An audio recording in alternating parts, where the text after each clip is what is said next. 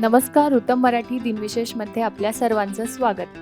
आजच्या दिवशी भारतात आणि जगभरात घडलेल्या काही महत्त्वाच्या घटनांविषयीची माहिती आज आपण जाणून घेणार आहोत.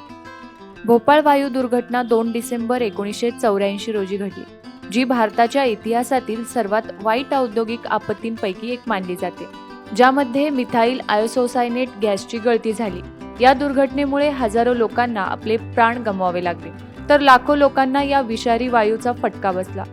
भोपाळ शहराच्या मध्यवर्ती भागात ही घटना घडली आणि त्यामुळे मोठ्या संख्येने लोकांचा तात्काळ मृत्यू झाला, तर हजारो लोक आयुष्यभरासाठी अपंग झाले. या अपघाताने केवळ भारतातच नव्हे तर जगभरात औद्योगिक सुरक्षा आणि पर्यावरणीय नियमांचं महत्त्व अधोरेखित केलं. भोपाळ गॅस दुर्घटनेमुळे 2 डिसेंबर हा राष्ट्रीय प्रदूषण नियंत्रण दिवस म्हणून साजरा केला जातो. हा दिवस प्रदूषण नियमांबद्दल जागरूकता पसरवण्यासाठी, प्रदूषण प्रतिबंधक उपायांना प्रोत्साहन देण्यासाठी आणि पर्यावरण संरक्षणाचे महत्त्व समजावून सांगण्यासाठी साजरा केला जातो. संयुक्त अरब अमिरातीची स्थापना 2 डिसेंबर 1971 रोजी झाली. हा दिवस यूएईच्या इतिहासातील ऐतिहासिक वळणाचा बिंदू आहे, जेव्हा अबुधाबी, दुबई, शारजाह, अजमान, उम क्वेन आणि फुजेराह या 6 अमिराती फेडरेशन स्थापन करून स्वतंत्र देश म्हणून एकत्र आल्या. रास अल खैमाह देखील 1972 मध्ये सामील झाले आणि एकूण 7 अमिराती बनले. मध्य पूर्व आशियामध्ये स्थित यूएई 1873 ते 1947 पर्यंत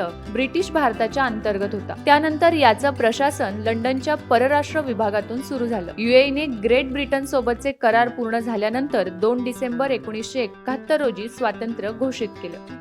2 डिसेंबर 1982 रोजी अमेरिकेतील डॉक्टर बार्नी क्लार्क नावाच्या रुग्णामध्ये कृत्रिम हृदय प्रत्यारोपण करण्यात आलं. हे कृत्रिम हृदय जार्विक 7 होतं, जे डॉक्टर रॉबर्ट जार्विक आणि त्यांच्या टीमनं विकसित केलं होतं. हे ऑपरेशन उटाह विद्यापीठाच्या डॉक्टरांनी केलं. या ऑपरेशनकडे वैद्यकीय जगातील एक मोठी उपलब्धी म्हणून पाहिलं जातं. मूळचे डेंटिस्ट असलेले बार्नी क्लार्क, जे कंजेस्टिव्ह हार्ट फेल्युअरने ग्रस्त होते, त्यांचा जीव वाचवण्यासाठी हे कृत्रिम हृदय प्रत्यारोपण करण्यात आलं. डॉक्टर बार्नी क्लार्क यांनी या कृत्रिम हृदयासह 112 दिवस जिवंत राहून वैद्यकीय संशोधनात अमूल्य योगदान दिलं. 23 मार्च 1983 रोजी त्यांचं निधन झालं. 2 डिसेंबर 1804 रोजी पॅरिसमध्ये नेपोलियन बोनापार्टचा राज्याभिषेक झाला. या समारंभात नेपोलियननं स्वतःला फ्रेंचचा सम्राट म्हणून राज्याभिषेक केला. ही त्यावेळच्या परंपरेपासून दूर असलेली एक असामान्य वाटचाल होती. पोपनं सम्राटला मुकुट घालण्याची पद्धत त्या काळी युरोपात होती.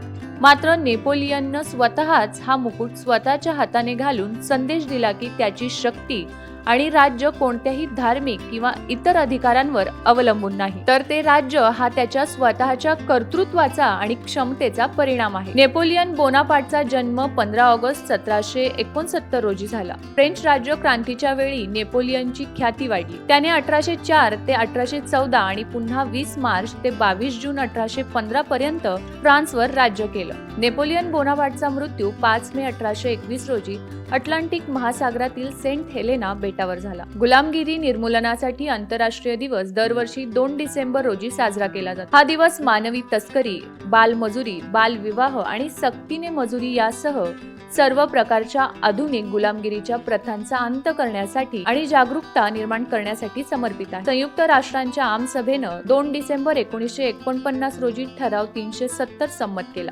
ज्यात मानवी तस्करी आणि वेश्या व्यावसायिकांचं शोषण रोखण्यासाठी आंतरराष्ट्रीय प्रयत्नांची मागणी केली. हा दिवस जगाला याची आठवण करून देतो की गुलामगिरी आणि मानवी शोषण आजही अनेक स्वरूपात अस्तित्वात आहे आणि ते संपवण्यासाठी प्रत्येक स्तरावर प्रयत्न हा आवश्यक आहे. तर हे होते आजचे दिनविशेष. हा व्हिडिओ तुम्हाला कसा वाटला ते आम्हाला कमेंट करून जरूर सांगा आणि असेच नवनवीन व्हिडिओज पाहण्यासाठी उत्तम मराठी न्यूजला सबस्क्राईब करा.